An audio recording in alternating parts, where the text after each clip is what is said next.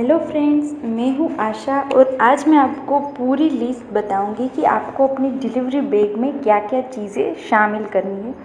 देखिए, मैं ये नहीं जानती कि आप रूरल एरिया से है या सेमी अर्बन या अर्बन एरिया से है। तो सारी जो हॉस्पिटल्स होती है, छोटी या बड़ी हॉस्पिटल में डिफरेंस होता है। कोई हॉस्पिटल में कुछ सुविधाएं दी जाती होती है और कुछ हॉस्पिटल में कुछ कम सुविधाएं होती है। तो मैंने उस हिसाब से पूरी लिस्ट बनाई है कि आपको कौन कौन सी चीज़ें लेकर जाना है, आपको अपने हॉस्पिटल के हिसाब से देखना है। देखिए, मेरी दोनों ही डिलीवरी एक सेमी अर्बन एरिया में हुई थी और दूसरी अर्बन एरिया में हुई थी। तो दोनों का जो डिफरेंस है वो मैंने इसमें बताया हुआ है। तो आइए इस वीडियो को हम स्टार्ट करते हैं। सबसे पहले बेबी के क्लॉथ्स की बात करेंगे। बेबी के जो कपड़े होते हैं वो 2 से 3 फुल स्लीव्स टी शर्ट दीजिए। फुल स्लीव्स के टी शर्ट इसलिए क्योंकि बेबी जब वूम से सीधा बाहर आता है तो एटमॉस्फेयर इतना सडनली चेंज होता है, तो कहीं वो उस घबराहट के मारे रोए या फिर चिड़चिड़ा हो जाए। उस हिसाब से आपको फुल स्लीव्स के टी शर्ट लेने हैं ताकि उसको ऐसा एहसास हो कि उसका जो टेम्परेचर है वो एकदम से ठीक है। अगर आप छोटी स्लीव्स के कपड़े पहनाएंगे तो उसको सडनली ऐसा लगेगा कि कुछ चेंज हुआ है, बहुत ज़्यादा मेजर चेंज हुआ है, उसको ऐसा लगेगा। इसलिए फुल स्लीव्स के टी शर्ट लेना ज़रूरी है उसको वार्म रखने के लिए। उसके बाद उसके डायपर्स आते हैं, डायपर्स लीजिए या फिर क्लॉथ नेपी लीजिए। अगर आप क्लॉथ नेपी लेते हैं तो 10 से 15 क्लॉथ नेपी लीजिए और साथ में डायपर्स भी लीजिए। अभी डायपर्स उसको सूट करे या ना करे तो उसके लिए आप रैश क्रीम भी लीजिए। ये सारी चीज़ें। उसके बाद उसको कवर करने के लिए कंबल लीजिए, ब्लैंकेट और कॉटन की शीट्स लीजिए। कॉटन की शीट्स को आप बिछाइए, उसके ऊपर बेबी को रखकर उसके ऊपर आप उसको कवर कर सकते हैं। देखिए, जब भी आप बेबी को कवर करें तो कॉटन के कपड़े को पहले उसके ऊपर ओढ़ाए, उसके बाद ही उसको ब्लैंकेट उसके ऊपर कवर करिए, क्योंकि ब्लैंकेट डायरेक्टली बेबी की स्किन को टच ना करिए। तो ये बहुत ही अच्छा है कि उसके स्किन को सिर्फ प्योर कॉटन ही टच करे। तो उसके हिसाब से आपको कॉटन के क्लॉथ्स लेने हैं। 4 से 5 कॉटन के क्लॉथ आप उसको लेकर रखिए। जब भी बेबी बोर्न होगा और हॉस्पिटल से आपको उसे देंगे तो वो सारे कपड़े पहना कर देंगे, लेकिन कॉटन का क्लॉथ आपसे मांगेंगे बेबी को स्waddle करने के लिए, तो आपको वो लेना बहुत ही ज़रूरी है। उसके बाद आता है मॉस्किटो नेट वाला गद्दा। अगर आपके पास मॉस्किटो नेट वाला गद्दा है तो गद्दा ले सकते हैं, या फिर अगर जो छाते जैसी मॉस्किटो नेट आती है आप वो भी ले सकते हैं। उसके ऊपर कॉटन शीट के ऊपर आप वो मॉस्किटो नेट रख सकते हैं, या फिर उस गद्दे के ऊपर कॉटन शीट रख कर उसके बाद बेबी को उसके ऊपर सुलाकर उसको पूरा कवर करके फिर उसकी चेन जो होती है जो मॉस्किटो नेट की, वो आप अगर क्लोज़ कर देंगे तो मॉस्किटोज़ की आपको चिंता नहीं रहेगी। तो ये मॉस्किटो नेट वाला गद्दा बहुत ही ज़रूरी है, क्योंकि हॉस्पिटल में चाहे कितनी भी क्लीनिंग हो, लेकिन फिर भी कहीं ना कहीं मच्छर आ जाते हैं। अब बेबी के लिए सॉक्स लीजिए, उसकी कैप यानी कि उसकी टोपी लीजिए, और जो मिटन्स होते हैं हाथों के वो भी लेना बहुत ही ज़रूरी है, हाथ के मोजे। उसके बाद उसके मुंह को और उसके हाथों को साफ़ करने के लिए रुमाल लीजिए। एटलीस्ट 5 रुमाल तो आप ले ही लीजिए, क्योंकि कुछ कुछ देर में वो ख़राब करते रहते हैं। थोड़ा दूध पिलाते हैं तो उसको साफ़ करने के लिए रुमाल की ज़रूरत पड़ेगी। उसके बाद एप्रन लीजिए आप। उसके गले में दूध नहीं जाएगा। क्या पता नॉर्मल डिलीवरी हो या सिज़ेरियन डिलीवरी हो, मतलब कि सी सेक्शन से डिलीवरी हो, तो एप्रन अगर होगा तो आप जो फॉर्मूला पिलाते हो उसको उसके गले में नहीं जाएगा, तो उसका जो कपड़ा और गला है वो ख़राब नहीं होगा। तो ये सारी चीज़ें थी बेबी के लिए। अब हम बात करेंगे मदर के लिए क्या चीज़ें लेनी चाहिए। तो मदर के लिए फुल मैक्सी मतलब कि नाइट गाउन जो होता है वो 2 से 3 फुल मैक्सी लीजिए। कई हॉस्पिटल्स में मैक्सी प्रोवाइड करते हैं वहाँ से, और कई हॉस्पिटल में नहीं प्रोवाइड करते। आप कौन से हॉस्पिटल में जाने वाले हो मुझे नहीं पता, तो आप उसके हिसाब से 2 से 3 मैक्सी लीजिए जो आगे से बटन वाली होती है, ताकि आपको ब्रेस्ट फीड कराने में भी कंफर्टेबल लगे। अगर आप दूसरे या तीसरे दिन से ही पजामा और टी शर्ट पहन सकते हैं तो आप वो भी ले सकते हैं एक मैक्सी लेने के बाद।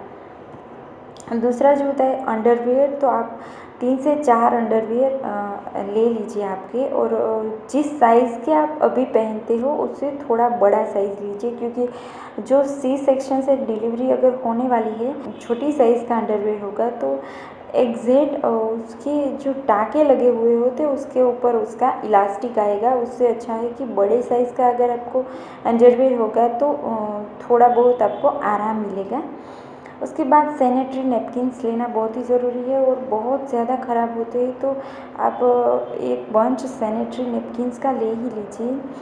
उसके बाद सर के ऊपर बांधने का कपड़ा बहुत ही ज़रूरी है, क्योंकि आपके कानों में थोड़ी सी भी हवा नहीं जानी चाहिए आपके कानों में, क्योंकि आपको अभी कोई भी इन्फेक्शन नहीं लगना चाहिए। वैसे तो हॉस्पिटल में जब तक आप हैं आपको एंटीबायोटिक्स इंजेक्शंस वगैरह दिए जाते हैं कि आपको कुछ दिनों तक तो आपको कोई भी चीज़ों का कुछ भी इन्फेक्शन नहीं लगता है, लेकिन फिर भी आपको ख्याल रखना है खुद का, क्योंकि उसके बाद आपके इन्फेक्शंस आपके बेबी को लग सकते हैं, इसलिए आपको खुद को प्रॉपरली कवर करके रखना है।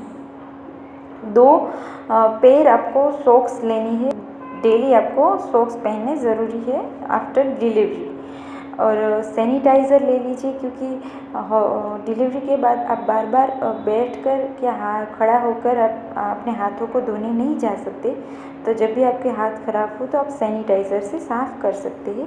उसके बाद स्लीपर्स की एक पेयर लीजिए, क्योंकि हॉस्पिटल से जब आप डिस्चार्ज होने वाले होते हैं उससे 2-4 घंटे पहले आपको थोड़ा बहुत वॉक करने को कहते हैं डॉक्टर, ताकि उनको पता चले कि आप अच्छे से अब घूम फिर सकते हो, तब भी आपको घर पर भेजेंगे। अगर आप नहीं कर सकते तो आपको डिस्चार्ज नहीं मिलता है तब तक कि जब तक आप अच्छे से चल फिर सकते हो या फिर आप टॉयलेट वगैरह जा सकते हो, तब भी आपको डिस्चार्ज किया जा सकता है। तो ये सारी चीज़ें थी मदर के लिए। अब कुछ ऐसी अदर चीज़ें हैं जो मैं आपको बताती हूँ कि और क्या क्या चीज़ें आपको लेनी बहुत ही ज़रूरी है। अगर आप अपने घर से बहुत ज़्यादा हॉस्पिटल दूर है, मतलब कि 20 किलोमीटर या 50 किलोमीटर, मेरी जो पहली डिलीवरी थी वो तो लगभग 45 किलोमीटर दूर थी घर से हॉस्पिटल। तो हो सकता है ऐसा भी हो कि डिलीवरी के लिए आप बहुत ज़्यादा दूर गए हो, तो ये सारी चीज़ें लेना बहुत ही ज़रूरी है।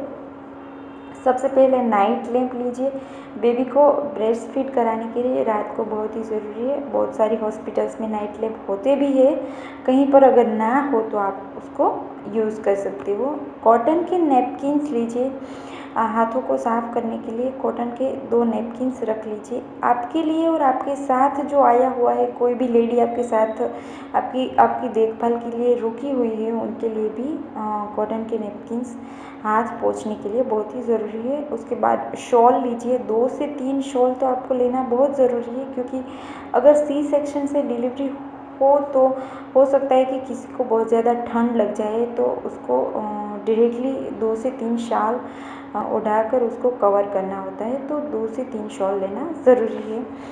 उसके बाद कॉटन का दुपट्टा लीजिए एक, जब भी आप बेबी को ब्रेस्ट फीड करा रहे हो तो वो कॉटन का दुपट्टा आप उसको कवर कर सकते हैं। इसलिए कुछ कॉटन के कपड़े ये देखिए थोड़ा सा ये अलग है, क्योंकि ये कॉटन के टुकड़े कहाँ पर यूज़ किए जाते हैं और कहाँ पर ये मांगते हैं आपसे, छोटी हॉस्पिटल या फिर वहाँ पर ज़्यादा सुविधाएं नहीं होती, तो वो कॉटन के कपड़े इसलिए मांगते हैं ताकि जब भी बेबी आए तो उसको साफ़ करने के लिए या मदर को कॉटन के कपड़ों से उसको पोंछने के लिए थोड़े बहुत कॉटन के टुकड़ों को हॉस्पिटल से ही मांगा जाता है। लेकिन कई ऐसे हॉस्पिटल्स में नीचे मेडिकल स्टोर्स होते हैं, वहाँ पर से कॉटन की शीट्स लेकर ये सारी चीज़ें कर लेते हैं, तो वहाँ पर इसकी ज़रूरत नहीं पड़ती। लेकिन आपको कहाँ जाना है उस हिसाब से आपको कॉटन के क्लॉथ्स लेने हैं। उसके बाद 2 बाउल स्टील के ये सारी चीज़ें आपको स्टील की ही लेनी है, प्लास्टिक की नहीं लेनी है। 2 छोटे छोटे बाउल, एक छोटी सी प्लेट, एक ग्लास, 2 स्पून, इतने बर्तन आपको इसलिए लेने हैं। मैं आपको बताती हूँ कि जब भी बेबी आए तो मदर उस कंडीशन में है कि ब्रेस्ट मिल्क करा सकती है या फिर नहीं भी करा सकती है, तो बाउल या कटोरी जो आपने ली हुई है उसके अंदर आप फॉर्मूला मिल्क बना सकते हैं। तो अगर आपने नहीं ली तो आपको बाहर से किसी डिस्पोजेबल ग्लास वगैरह में बनानी पड़ेगी, इसलिए ये सारी चीज़ें बहुत ही ज़रूरी है। तो स्टील की सारी चीज़ें, 2 बाउल, एक छोटी सी प्लेट, एक ग्लास और 2 स्पून लेना बहुत ही ज़रूरी है। साथ में स्टील की पानी की बोतल लीजिए और पानी की बोतल तब भरिए जब आपको हॉस्पिटल जाना होता है, तभी आप उबाल कर ठंडा किया हुआ पानी आप बोतल के अंदर रख दीजिए, ताकि आप अपने बेबी का जो फॉर्मूला हो उसमें बना सकें। उसके बाद आप थोड़ा सा हल्का फुल्का दिखने के लिए कंघी ले जा सकते हो और रबर बैंड ले जा सकते हैं। जब भी आप डिस्चार्ज हो रहे हो तो आप कंघी करके खुद को थोड़ा सा फ्रेश कर सकते हो। उसके बाद एक ऑप्शनल चीज़ मैं आपको बताती हूँ, कैमरा। जब भी ताज़े जन्मे बेबी की आप फ़ोटो लेना चाहो तो एक कैमरा ले जा सकती है आप। और उसके बाद साबुन हाथ धोने के लिए या फिर क्लॉथ नेपीज़ वगैरह, अब मैंने एक डेटॉल का साबुन लिया था सबके लिए हाथ धोने के लिए। अगर डेटॉल का साबुन या फिर कोई साबुन यूज़ नहीं करना है तो आप हैंड वॉश लिक्विड भी ले सकते हैं। तो ये सारी चीज़ें जो मैंने बताई है दोनों, ये ऑप्शनल है, आपको कोई भी ले सकते हैं। अगर इसमें कुछ चीज़ें आपको अलग लगती है तो आप वो भी शामिल कर सकते हैं, आपको ज़रूरी लगे तो। लेकिन ये सारी लिस्ट जो है वो मेरे हिसाब से मैंने ये सारी चीज़ें अपनी डिलीवरी बैग में शामिल की थी। आई होप गाइस कि ये वीडियो आपको बहुत ही हेल्पफुल लगेगी, क्योंकि कई बार क्या होता है कि हमारी जो लिस्ट होती है उसमें कुछ ना कुछ छूट जाता है। तो मैंने कोशिश करी है कि इसमें कुछ भी ना छूटे, सारी चीज़ों को मैंने इकट्ठा करके आपको बताई है। तो आई होप आपको ये वीडियो अच्छी लगी होगी, तो लाइक ज़रूर कीजिए और हाँ प्लीज़ शेयर कीजिए हमारी इस वीडियो को। बहुत ज़्यादा पेरेंट्स को इसकी ज़रूरत पड़ेगी। और हाँ, एक चीज़ मैं आपको बताना भूल गई, बेबी के लिए बेबी वाइप्स लेना बहुत ही ज़रूरी है।